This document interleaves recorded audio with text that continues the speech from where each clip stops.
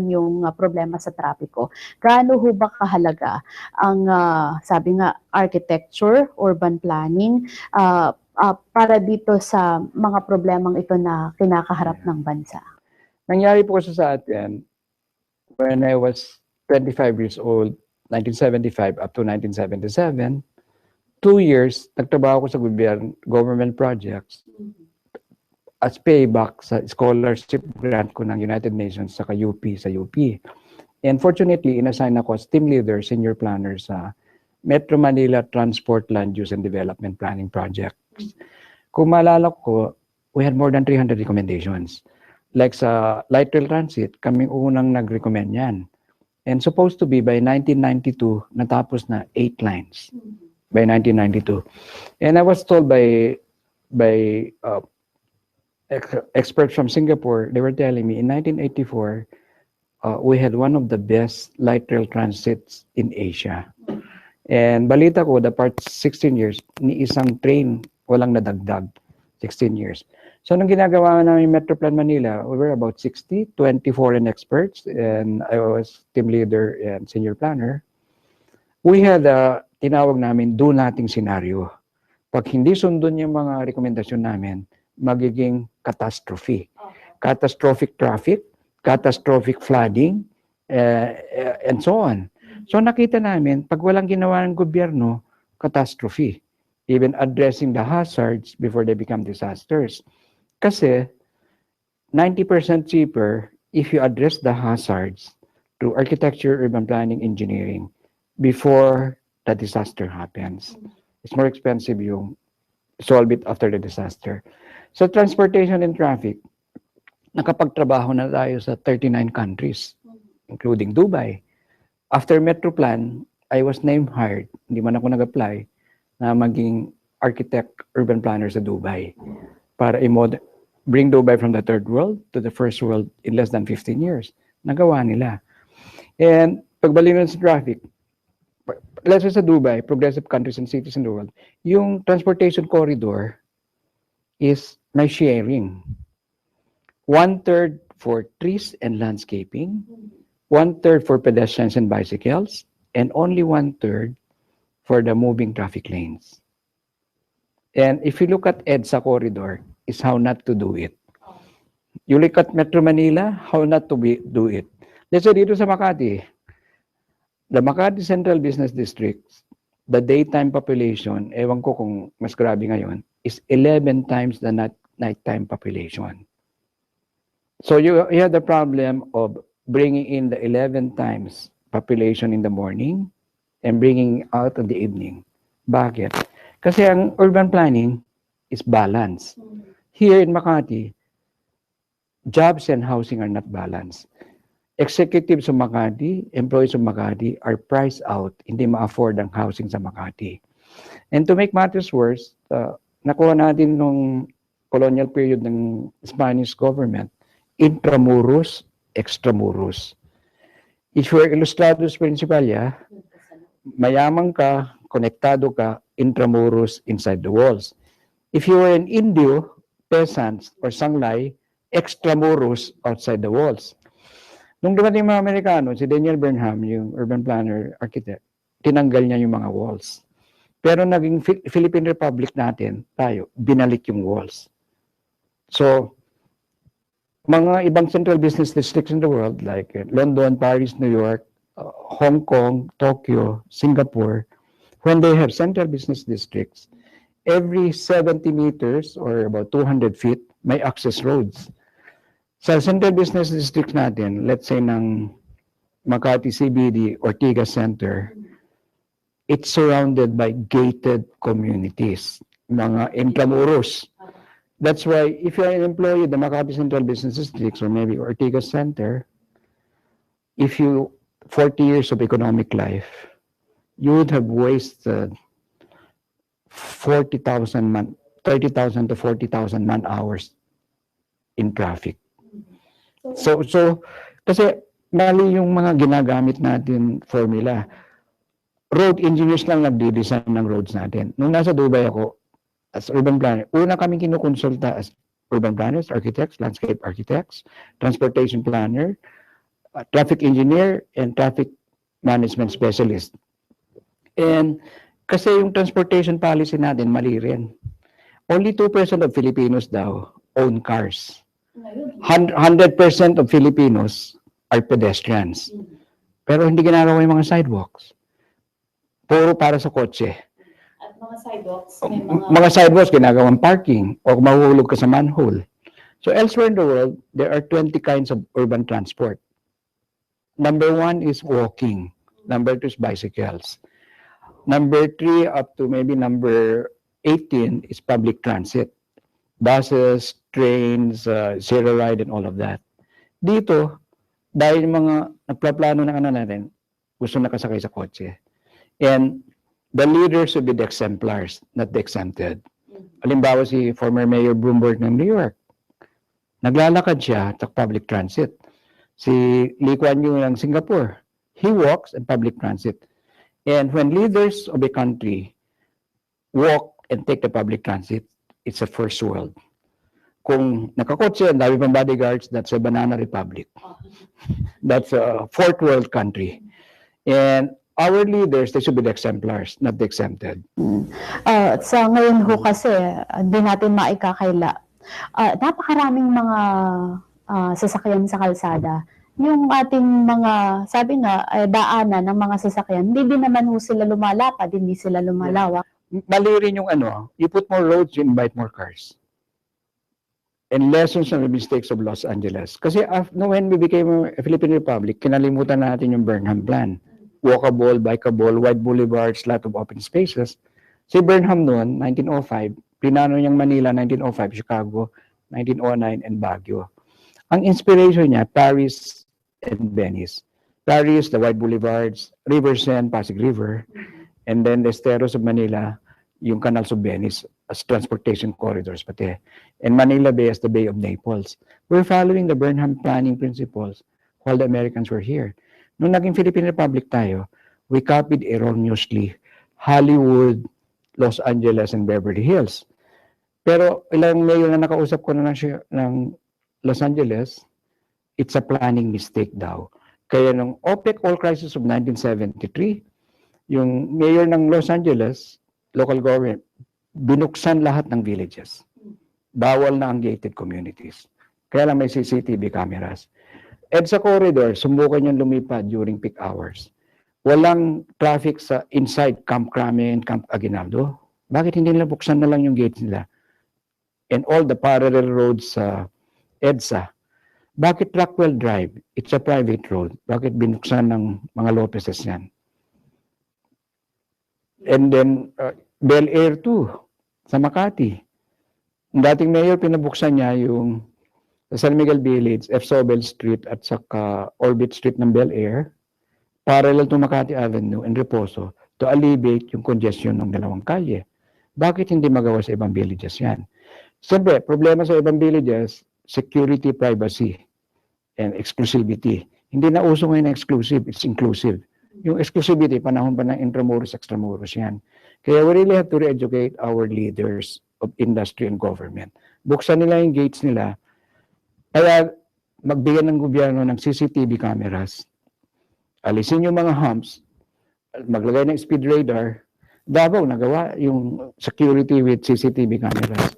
So it's really, lahat ng successful countries and cities na napagtrabahoan ko o naobserbahan ko, I've been to 67 countries, maybe 2,000 cities na obserbahan ko. They only have 5 formula for success.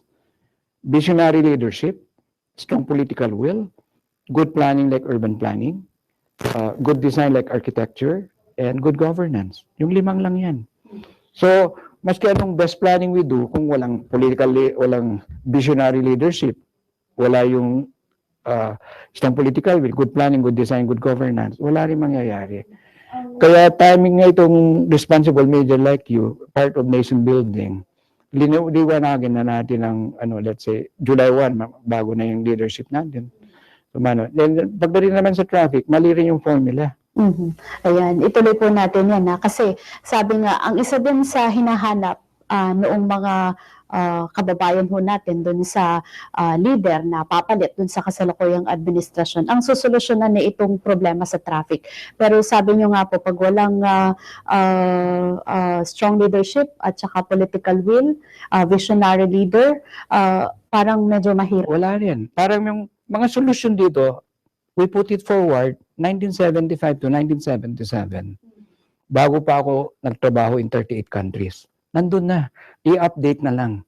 So, isang solusyon, iba-ibang solusyon kasi tinitingnan ng mga traffic planners natin only the supply side of traffic, hindi yung demand side. Demand side, parang saan yung concentration ng business and economic activity? Central business districts, large shopping malls, schools, universities. And kulang ng housing. So, dapat affordable housing, yung mga empleyado malapit.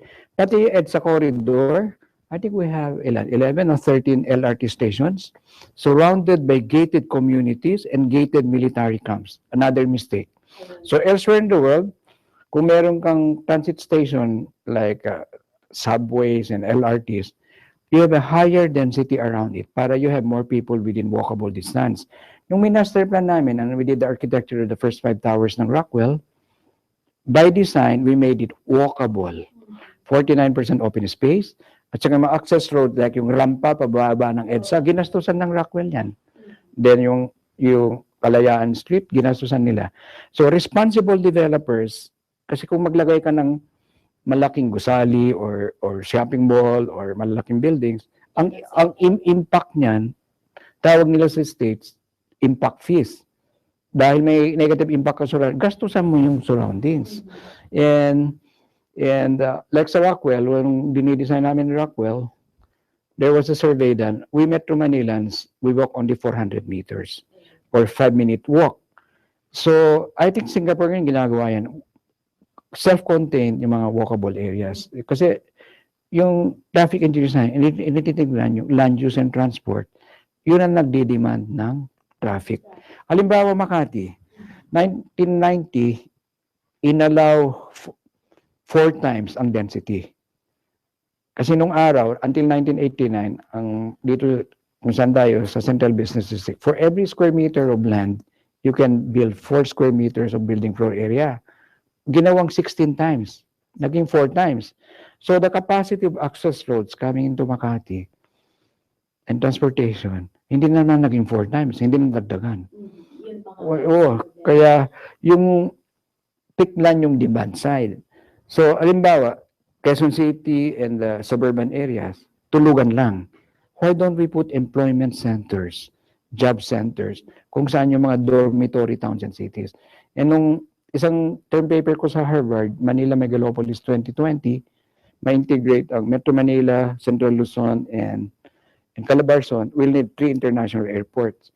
And then yung mga emerging metropolitan areas, gawin natin urban growth centers, counter magnets ng growth ng Metro Manila, and gawin natin sa buong bayan. So lahat, let's say, i-relocate natin yung Malacanang sa Clark and all the government offices. Mababawasan ng 1 million population ng Metro Manila and their families. So, kasi Metro Manila is no longer sustainable. Kung i-compare mo Metro Manila sa human being, the Central Business District is the heart. The open spaces which are disappearing are the lungs. The arteries are the roads and waterways. Lahat congested. So Metro Manila needs a heart bypass. We need to open up the arteries and so on. And lungs of the city, nagdi-disappear na rin. Yung mga open spaces, they are being sold and built on. So, para may cancer na yung lungs of the city, nauubos na, then Central Business District, nabes na heart attack, na stroke siguro. Sige, tuloy po natin yung ating discussion, Architect Jun, ano. Pero dyan lamang po kayo dahil sa mag-break lang po saglit ang liwanagin natin. Watch out for Easy Shop at Net25 every Monday to Friday, 11 a.m. to 11:30 a.m. Buhay mo ba'y walang sigla dahil beauty mo ay hindi nakikita? Sa Easy Shop, ang iyong ganda ay sisikat na. Kaya ano pang hinihintay mo? Tawag na 551-3333. Watch out for Easy Shop at Net25 every Monday to Friday, 11 a.m. to 11:30 a.m. Buhay mo ba'y walang sigla dahil beauty mo ay hindi nakikita? Sa Easy Shop, ang iyong ganda ay sisikat na. Kaya ano ano pang hinihintay mo? Tawag na 551-3333. Every basketball journey starts with a single step. Every player's dream starts with a new beginning. FBA, the Phil Sports Basketball Association, the only regional, grassroots, and amateur basketball league accredited by the Samahang Basketball ng Pilipinas, is now on Net25. Discover basketball heroes from the different regions in the country. Watch FBA on Net25, Sundays 11 to 12:30 p.m. From rising stars to future basketball legends. FBA, our game, our pride. Our pride. Mag Dr. Alfred's Pure Mangosteen Capsule NT araw-araw. Proteksyon na ng katawan, palakasin ng immune system, labanan ng free radicals, pollution, chemical, stress, at unhealthy lifestyle. Tandaan, kung pure, natural, and organic ang hanap mo, mag Dr. Alfred's Pure Mangosteen Capsule and Tea. No preservatives, no additives, no chemicals. At US FDA and Philippine BFAD approved sa presyong kayang-kaya. Mabibili sa lahat ng Mercury drugstores nationwide. Mahalagang paalala, ang Dr. Alfred's Pure Mangosteen ay hindi gamot at hindi dapat gamiting panggamot sa anumang uri ng sakit. Dr. Alfred's Green Coffee 4+1 Strong and Light Coffee now available at generic at drugstores nationwide.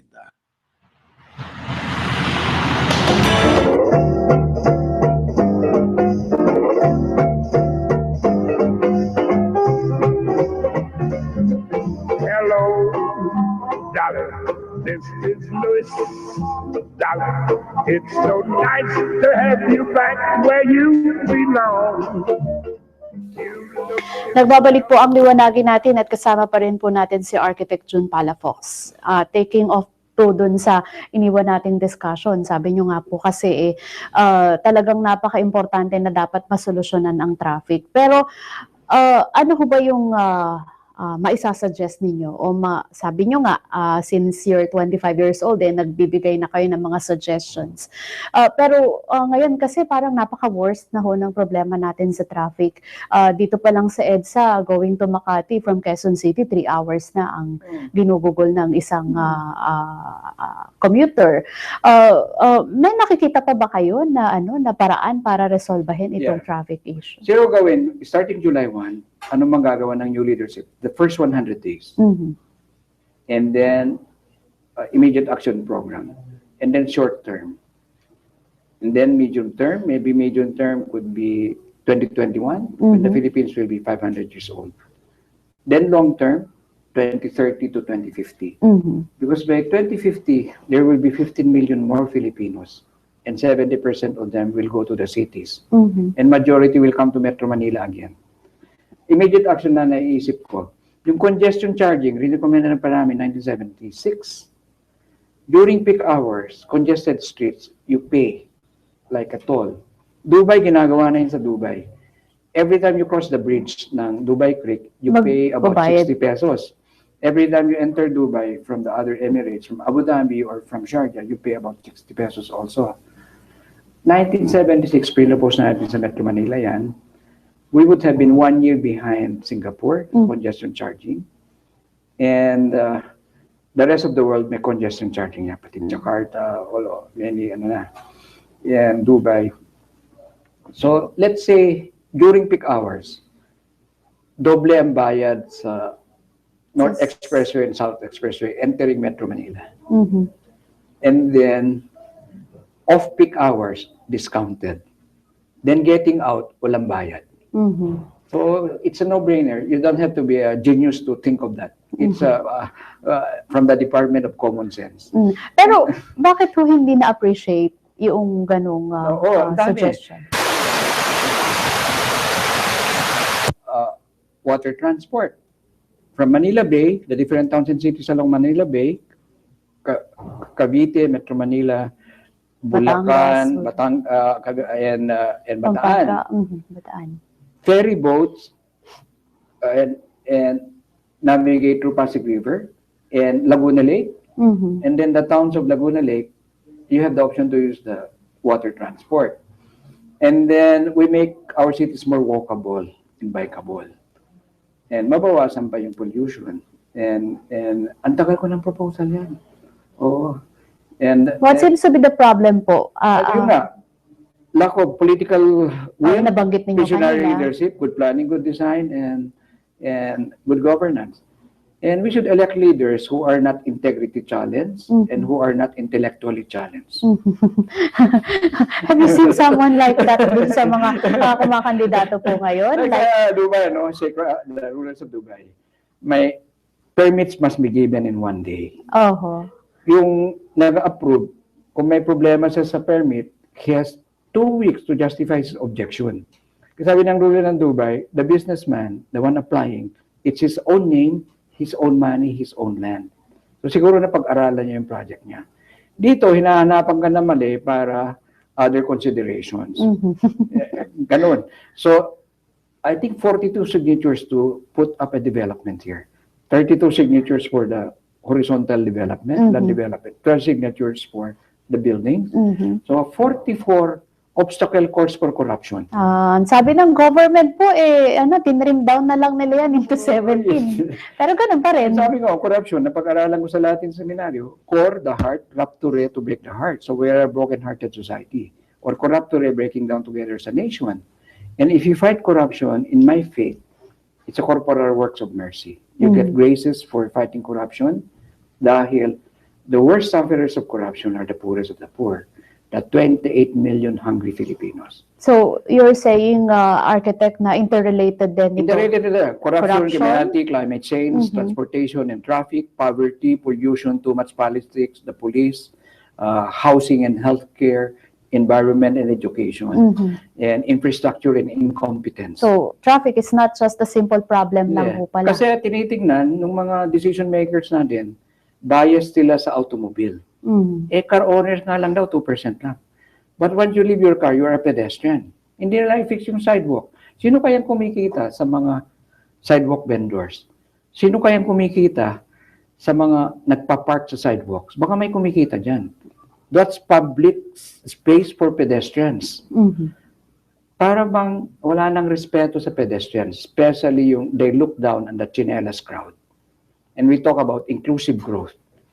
Exclusive growth tayo eh. So, it's the other way around. Transportation policy for the 2% car owners. But even the car owners, once they leave their car, they are pedestrian. Kulang sa pag-iisip, kulang sa common sense. Siguro yung textbooks nila, pre-OPEC oil crisis of 1973. Kasi after the OPEC oil crisis of 1973, the rest of the progressive world, pinalitan na nila ang transportation, urban planning policies nila. Like buksan yung mga gated communities, especially during peak hours, congestion charging, more walkable cities, bikeable cities. And yung road sharing, yung 1/3 for landscape and tree planting. Kasi yung mga ginagawa namin master plan communities in 39 countries, the road cross-section, 1/3 for trees and landscaping, 1/3 pedestrian budget, 1/3 for the transportation and traffic. Every car you own, every car, you need 10 trees to recover the oxygen of the carbon monoxide per car. Well, at gawin ng gobyerno, kung may every time you register your car, you plant 10 trees. Let's say, tingnan natin yung EDSA corridor. I think 300,000 vehicles a day. So theoretically, EDSA corridor should have 3 million trees. 3 million trees. But si Lee Kuan Yew, nung bago lang in Singapore, if you plant and grow a tree, it's tax deductible for the first 5 years. Because after 5 years, the tree can take care of itself. Dito, after the photo op ng mga politicians, kinalimutan na yung puno. And there was a time nga po, architect, na tinanggal pa yung mga puno along highways. Nung teenager pa ako, malala ko, EDSA corridor may island of trees. Malala ko. Kasi before you access into the side of the road, you go to parang service road, and the trees segregate the fast-moving and the slow-moving. Kaya again, Commonwealth Avenue, kung saan kayo, it's a laboratory on how not to do it. Napakalapad, sama-sama lahat ng sasakyan. 16 lanes po yun. Siguro isang lane, gawin na lang nila na plant trees to segregate the slow-moving, the high-moving, the big trucks, and so on. Parang halo-halo eh. Chapsoy, halo-halo. And nobody respects the lane. Siguro taasan ng traffic fines. Like when you keep weaving from the lane, Speeding, speed radar. Bakit nagawa sa Davao yan? Inuhuli nila overspeeding, pati yung anak ng mayor, hinuli nila.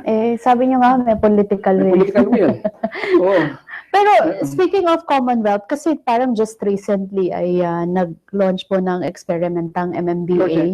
Nagbigay ako dyan ng Aha. road course section. Sama-sama kami Yung na... road sharing na tinatawag along Kaya Commonwealth kasama ko Avenue. dyan. Kasi nagbigay ako even sa public works. Nung pinuputol niya yung 3,000 mature trees along MacArthur Highway, I told the Secretaries of Public Works and Environment na it was a big mistake. And ewan ko malala niyo, 2009, I returned a $1 million architect's contract in Subic. Kasi mga kliyente ko, gusto nila, putulin namin Yung mga puno. 366, 70-year-old trees. Hindi maamin ng konsyensya ko, only ko $1 million. Kaya CNN, BBC, Al Jazeera, all international media, they came to meet the crazy architect who would give up $1 million to save a few trees. Kasi para sa akin, a 50-year-old tree, the replacement value is 9 million pesos. The past 50 years, the rainwater it harvested, the fertilizer it gave planet Earth, the beauty it gave the environment, and the cooling effect it had. Kaya nung nanalo kami ng architectural design competition sa Manila Polo Club, may dalawang 50-year-old tree. Humingi ako ng 2 million pesos more for the budget. So we build around those trees. And may mga responsible citizens din. So siguro, kung all the properties along EDSA, maybe government can require them to plant more trees, even on top of their buildings. Maski 5 trees per building lang. Yung urban greening na Urban greening, tinatawag. kasi there's a heat island effect. Halimbawa, maybe you try sa summer, Ayala Avenue is 5 degrees hotter than McKinley Road.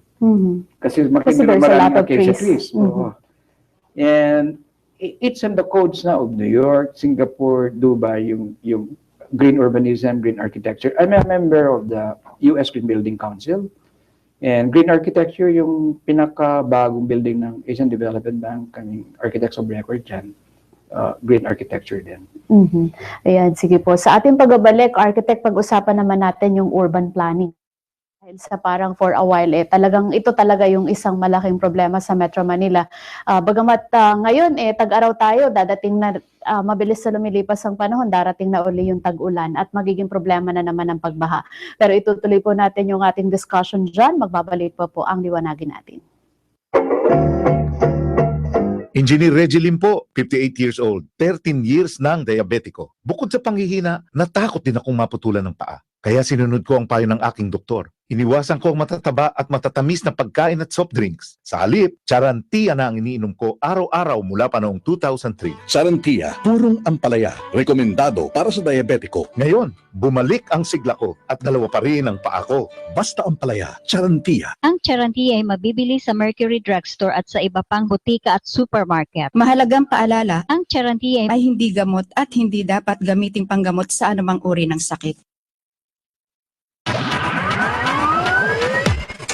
Gusto ba ninyo makatipid sa inyong computer printing expenses? Star Laser ang inyong kailangan. Nag-offer sila ng print all you can, unlimited ink na may fixed monthly fee. Papagamit ng libre ang printer, maantusawa pa ang paggamit ng ink nito. Para sa karagdagang impormasyon, magsadya sa kanilang tanggapan sa number 728 Shaw Boulevard, Pasig City o tawagan si Ginoong Jed T. Molineda, General Manager sa telephone number 664-9328 o 393-8041. Tandaan, kung computer printing ang kailangan, Star Laser ang tawagan.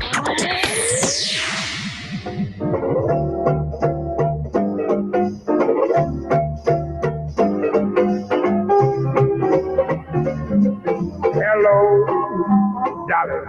This is Louis, darling. It's so nice to have you back where you belong. Nagbabalik po ang liwanagin natin at kasama pa rin natin si Architect June Palafox. Balikan lang ho natin yung mga previous experiences natin. After Ondoy, nakita natin na di ba, yung devastation na idinulot sa atin, Yolanda, lahat ng ito may kinalaman pa din yung urban planning na sinasabi ninyo. Ngayon malapit na naman din ang tag-ulan. Bagamat dry season tayo pa ngayon, tag-araw, summer season sabi nila, mabilis yung lumilipas ang araw at iba na, nagbabago na ang mundo ngayon. There's climate change, yung global warming na pinoproblema natin. So, sa tingin ninyo, kasi parang kung kailan tag-ulan at saka nagkukumahog ang gobyerno dun sa paghahanda para i-address ang problema. Sabi nga ni President John Kennedy, fix your roof in summer before the winter comes or the rains come. And yung mga solution na na-recommenda na namin sa Metro Plan Manila 1975-77, yung World Bank funded project. And nung kondoy nga, nasa Dubai ako, may tumawag sa akin from the media. 5 o'clock in the morning in Dubai, 9 o'clock here, Saturday morning. Sabi, Architect Palafox, sinabi ng leadership, yung flooding daw is an act of God. And I said, it's not an act of God. It's a sin of omission of men and women running our country, because the solutions we already recommended in Metro Plan, like the Parañaque Spillway, different recommendations, and hindi ginawa. Kaya pag uwi ko rito, I was asked to explain my statement, and then nung sinabi ko yun, doon lang ako sinabihan, by the way, architect, you are on the air. So, I spoke out of my mind, but no regrets. But and then even Yolanda, Senator Ping Lacson, bago niya tinanggap yung pagka-rehab SAR, consulted me. And recommend ako rin, and pati siya, hindi niya rin nagawa yung mga recommendation namin kasi limited ang powers niya. From pinangakuhan siyang rehab SAR, he was reduced to a coordinator. Coordinator na. So, nung sinabi niya na, Senator, the crisis is an opportunity to build back better, safer, smarter, and more sustainable. Para kang Douglas MacArthur, Jerry MacArthur in the reconstruction of Japan, or Eisenhower with the Marshall Plan in the reconstruction of Europe, tutulungan ka namin sa Marshall Plan, the planning. Again, immediate action, short-term, medium-term, long-term. Hindi rin nasunod. Kaya sayang. So very frustrating pala talaga yung mga experiences ninyo. It's very challenging. Challenging because this is the only country we have. May opportunidad ako nag-change ng citizenship ko. Pwede ako naging Dubai citizen, American citizen, Canadian citizen. But I never gave up my Philippine passport. Maski nahirapan ako sa mga entry points. Like noong 1977, sa Europe, walang visa pag Philippine passport ka except England and Switzerland. Ngayon, lahat ng countries in Europe, they require it. So anyway, paglalik na sa urban planning, it's really planning is balance. Jobs and housing, transportation and land use, lahat balance. Hindi balance eh. Then dapat yung mga nasa gobyerno, palitan na yung mga textbooks nila. Every time there's a global crisis, I go back to school. 8 times ako naging estudyante ng Harvard.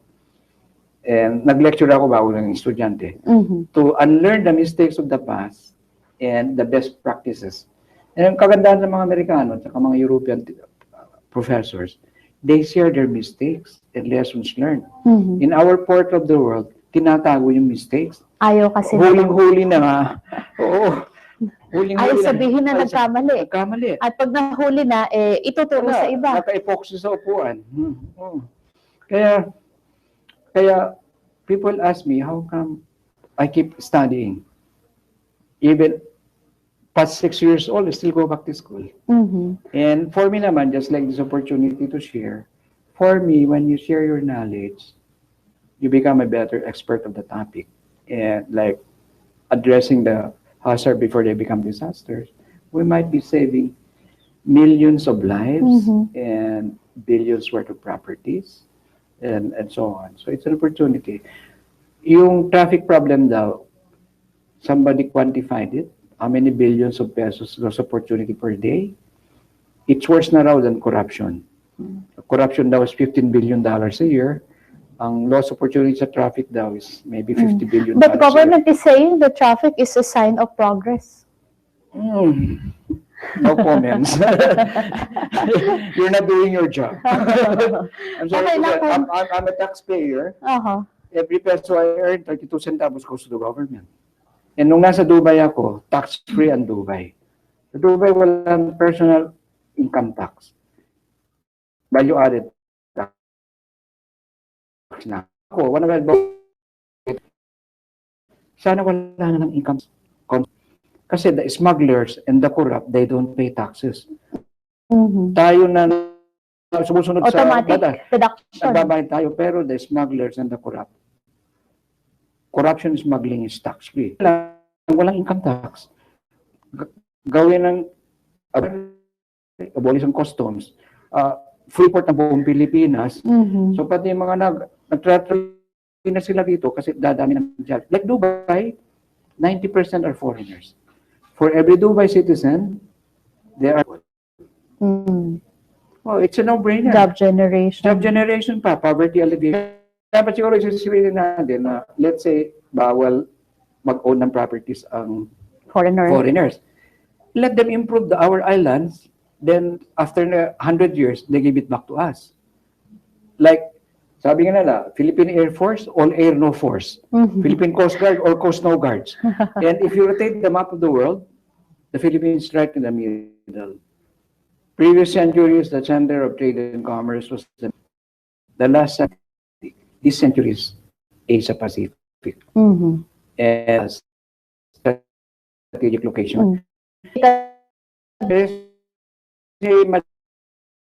Magellan map here and last years we hub of Spanish Europe. There's a job in our islands. If our government cannot protect our countries, 100 yung mga island, parent natin for 100 years, so 1,000 years. Amendments of the Constitution. Our laws, we have so many stupid, no, I'm sorry, obsolete laws that make us less globally competitive. Halimbawa, si Secretary Ramon Jimenez, very creative. DOT. May ideas which I support. Sana yung mga watercraft, especially mga yacht, tax-free for 10 years. Magagamit pa natin yan. Yung mga may-ari ng yacht, i-protect yung islands natin. Magkakaroon tayong maraming marinas. During disaster, marami tayong mahiram na boats to break. Kaya nung Yolanda, I had friends and clients from 42 countries. Alam mo sinabi sa akin, in Architect Palafox, even in accepting the donation of donations and generosity of your friends abroad, you're not globally competitive. Yung dumating ng goods, gustong i-tax ng customs. Bureaucratic red tape. May bali-balita, napunta sa mga supermarket yung ibang canned goods.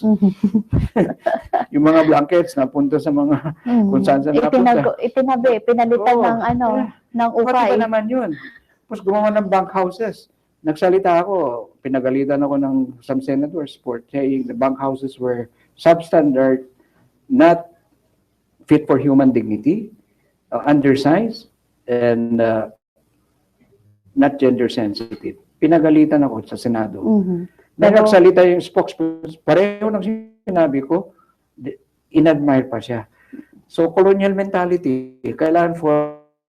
Ngayon lang, sabi ni Al Gore, sabi na natin, diba, Al Gore, tayo, wala tayong blonde hair and blue eyes. Minsan may mga ekspertong iniimbita dito, salita, katakot-takot na mga colonial mentality leaders natin. Tignan mo yung violated, saan nag-aral? Pipitsugin ng eskwela. Dahil nakapag-aral sa Harvard, my daughter went to Oxford, Brooks, England, with better education than the blonde hair and blue eyes na kinukuha nila.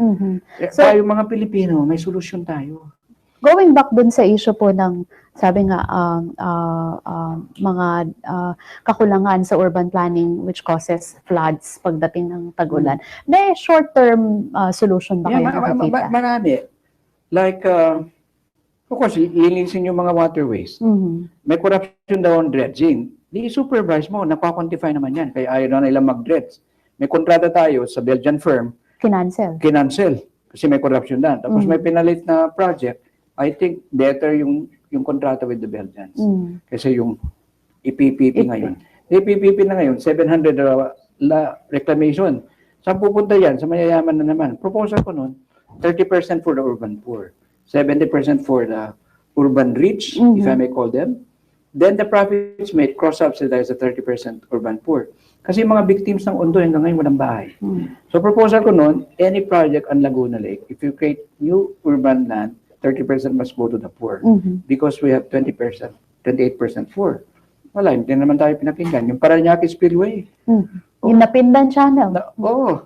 Ginawa yung Mangaan Floodway, hindi ginawa yung Paranaque So, Spillway. walang lalabasan. Dapat nagsabay yan. Kasi Mangaan Floodway, they diverted the floodwaters from the mountains towards Laguna Lake para ma-protect ang Metro Manila. Hindi ginawa yung spillway. Kaya sinabi ko noon, after Ondoy, Laguna Lake is like a toilet without a flush. Or it's like a bathtub with 23 faucets, walang drainage. And if you look at yung topography ng Metro Manila, let's say along Rojas Boulevard, Manila Bay, elevation 1 meter above sea level, and it goes to about 25 to 30 meters sa Diliman, sa Makati, sa UP, and so on. Then it drops to the floor of Marikina Valley. Then it goes up again, and Laguna Lake shores, it goes up again to the mountains towards the east. Then 50 kilometers towards the Pacific Ocean. So basin, parang palanggana. So in 1919, record shows that in Marikina, the worst flooding in 1919 was 19 meters high. Bakit sa mga areas that were flooded 19 meters high, pinayagan ng mga bahay 9 meters high lang? 9 meters lang. May record naman ng gobyerno na 19 meters. So urban planning. Urban planning naman yan. So one is mitigation, which is very expensive. Another one is adaptation. So sa Palafox Architecture, Palafox Associates, may mga designs kami, postcards from the future. Adaptive architecture. Pag binabahin lugar mo, hayaan mo na lang yung ground floor mo mabaha. O when you build a new building, on stilts or columns, parang silong ng mga ancestors natin. Hayaan mo na mabaha. Ginawa namin yan sa Master Urban Planning ng San Juan. Ayun, sige. Areas that are liable to flooding, then proposal namin sa San Juan, access sa mga destinations, road level, sidewalk level, then interconnected elevated walkways para maski nagbabaha, maglakad ka na lang. And the third level, elevated monorail to interconnect with MRT, EDSA, and LRT, Aurora, Quezon City. So those are no-brainer. You don't have to be a genius to think about all of those. So, hindi nila nare-realize po yun. we have given the President, kasi nung si Presidente na binoto ko rin, naniwala ko nun sa matuwid na daan, sabi niya, kayo ang boss ko. So naka 145 recommendations na kami sent to the Office of the President. So, out of the 145, how many were considered? Siguro 3 na nagawa. Ininsulto pa ako na isang deputy spokesperson. Sabi, she said, I'm an alarmist daw. In fairness naman, 7 cabinet members apologized to me for her statements. Ayan. Sige po, ituloy natin. Siguro 145 recommendations. If you want to come, we can send you. Then make it as a checklist. Ano na nagawa yung hazard mapping? Sila nagawa. Yun. Sige po, ituloy po natin yung ating discussion at sa ating pagbabalik, last part na ho tayo. Talakayin din natin yung advocacy na isinusulong ninyo. Pero dyan lamang ho kayo, magbabalik pa ang liwanagin natin.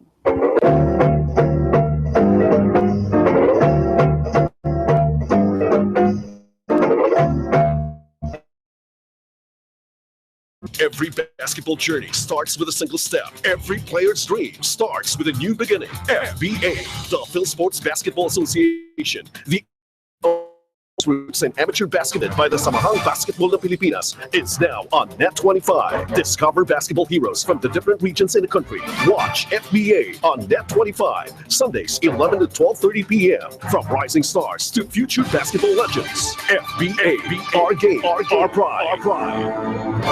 Mag Dr. Alfred's Pure Mangosteen Capsule and Tea araw-araw. Proteksyon na ng katawan, palakasin ng immune system, labanan ng free radicals, pollution, chemical, stress, at unhealthy lifestyle. Tandaan, kung pure, natural, and organic ang hanap mo, Dr. Alfred's Pure Mangosteen Capsule and Tea. No preservatives, no additives, no chemicals. At US FDA and Philippine BFAD approved sa presyong kayang-kaya. Mabibili sa lahat ng Mercury Drugstores nationwide. Mahalagang paalala, ang Dr. Alfred's Pure Mangosteen ay hindi gamot at hindi dapat gamiting panggamot sa anumang uri ng sakit. Dr. Alfred's Green Coffee 4+1 Strong and Light Coffee now available at Generica Drugstores nationwide.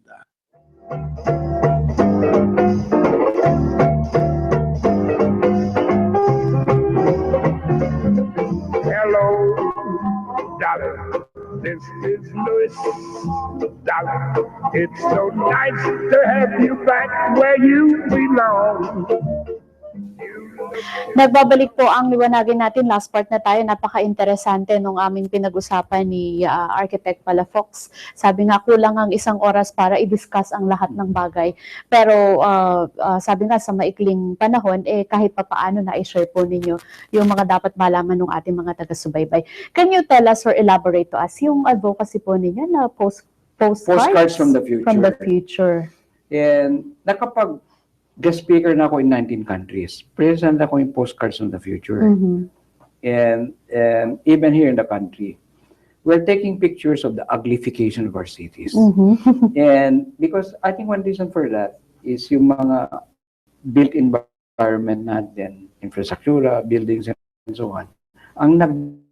It's not that us, we architects, urban planners, politicians, their favorite contractors, kaya walang pagka-aesthetics. Our roads are no better than just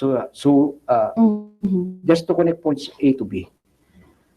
And a nicely designed transport corridor with urban planners, architects involved, there's a visual experience.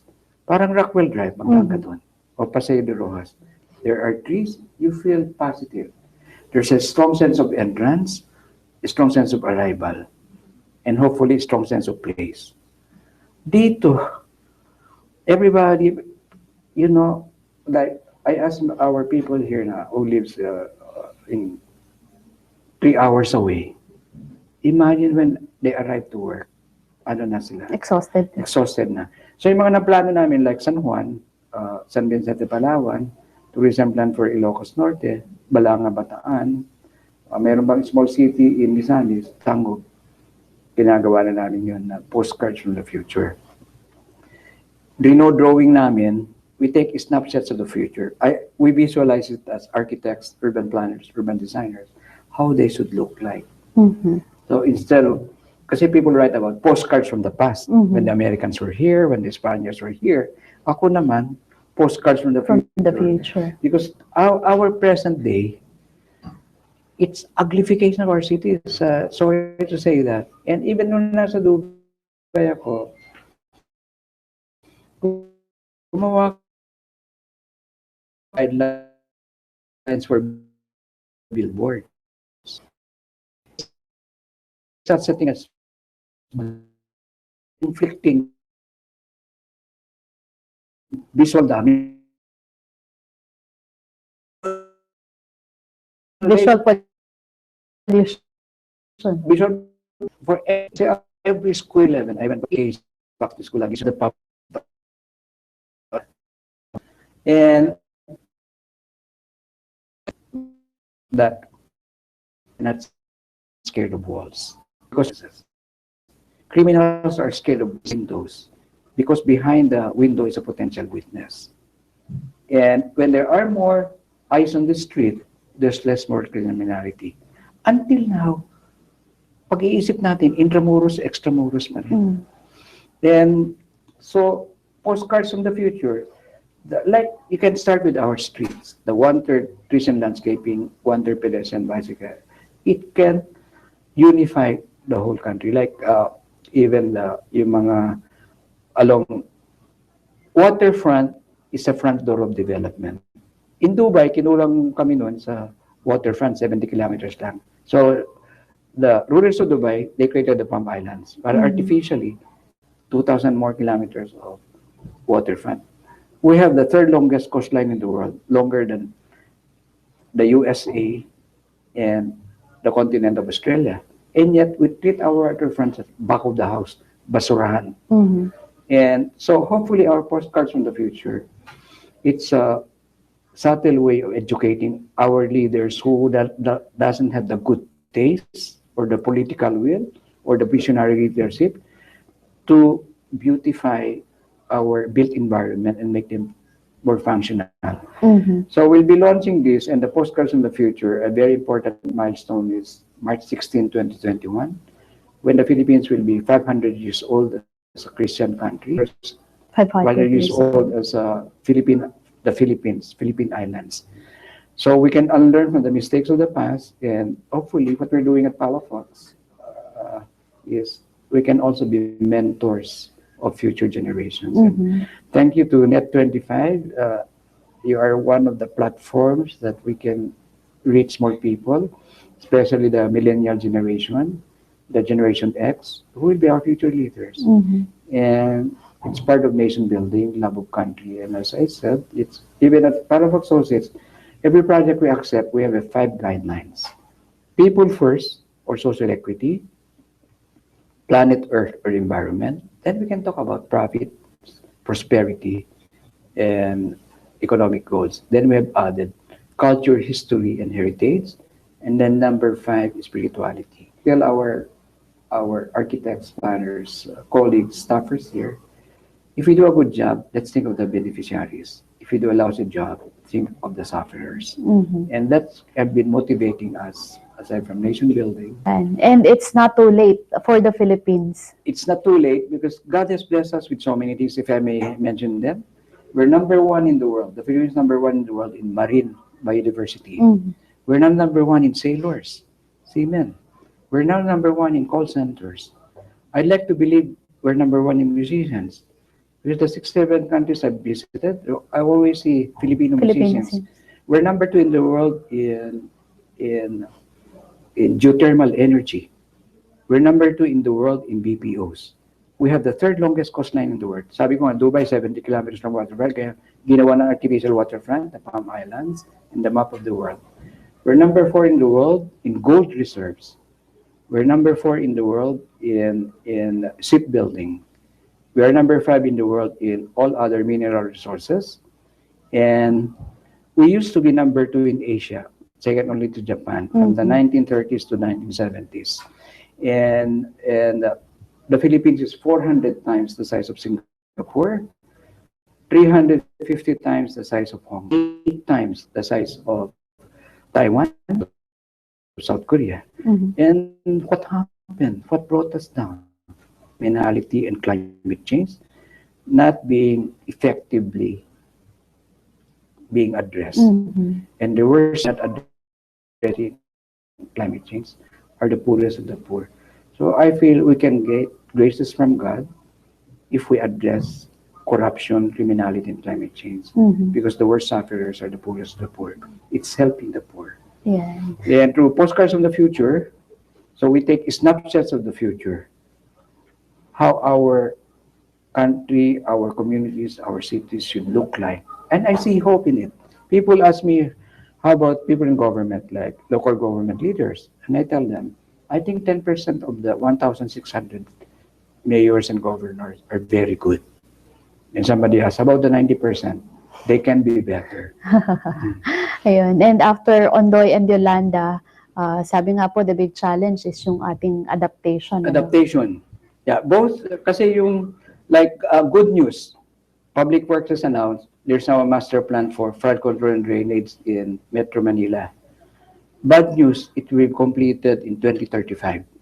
So what do That's too low. So every year may flooding tayo. So sabi na lang namin, adaptive architecture, Mhm. adaptive urban planning, adaptive engineering. Mag-adapt ka na lang. Mhm. Ito yung mga ginagawa namin sa mga coastline. Take the highest flood line and no habitable rooms below the highest Below the flood line. highest. Hindi lang dapat yung setback. And government should be the exemplar, not Mhm. exempted. So the no-build zone should be respected. Should be respected, but yung landowners should be compensated Compensated. properly. Ayan. Thank you so much po for the opportunity Yeah. to hear your views and to share it with our televiewers and listeners. Yeah, thank you very much. It's a privilege to have the opportunity to share, and thank you to your program and your network for it's really part of the nation building. Ayan, thank you so much po. Ayan, at ang atin pong nakapanayam ngayong araw na ito ay si Architect June Palafox at marami tayong natutunan doon sa kanya mga ibinahagi sa atin. Bahagi po ito ng pagsaserbisyo publiko ng ating palatuntunan, liwanagin natin. Sa pangalan ni Katotoy Talastas, ako po si Weng de la Fuente, I am 1 with 25.